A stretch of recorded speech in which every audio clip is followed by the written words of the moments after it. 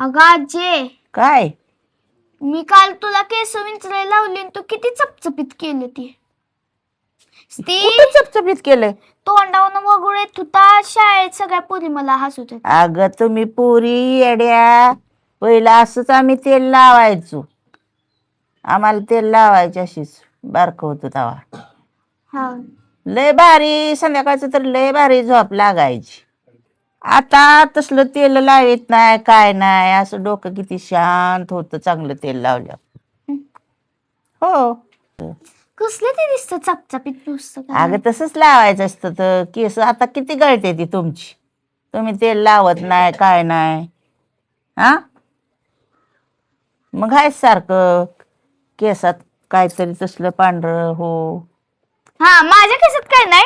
मी आधीच सांगून ठेवते. बघ ही बघ. असतं आता कुठं कोंडाच हो कुठं कायच हो. आ तेल भरपूर लावलं ना म्हणजे केस किती छान. आज बघ केस किती तुझी काळी कुळकुळीत दिसते ती. नाहीतर हाय तीच भुरू भुरू भुरू मी भुरू लावते ते वाऱ्याने उडते. लावते मी पण इतकं मस्त लावायचं नाही का? नाही. पण लावलेलं दिसतच नाही.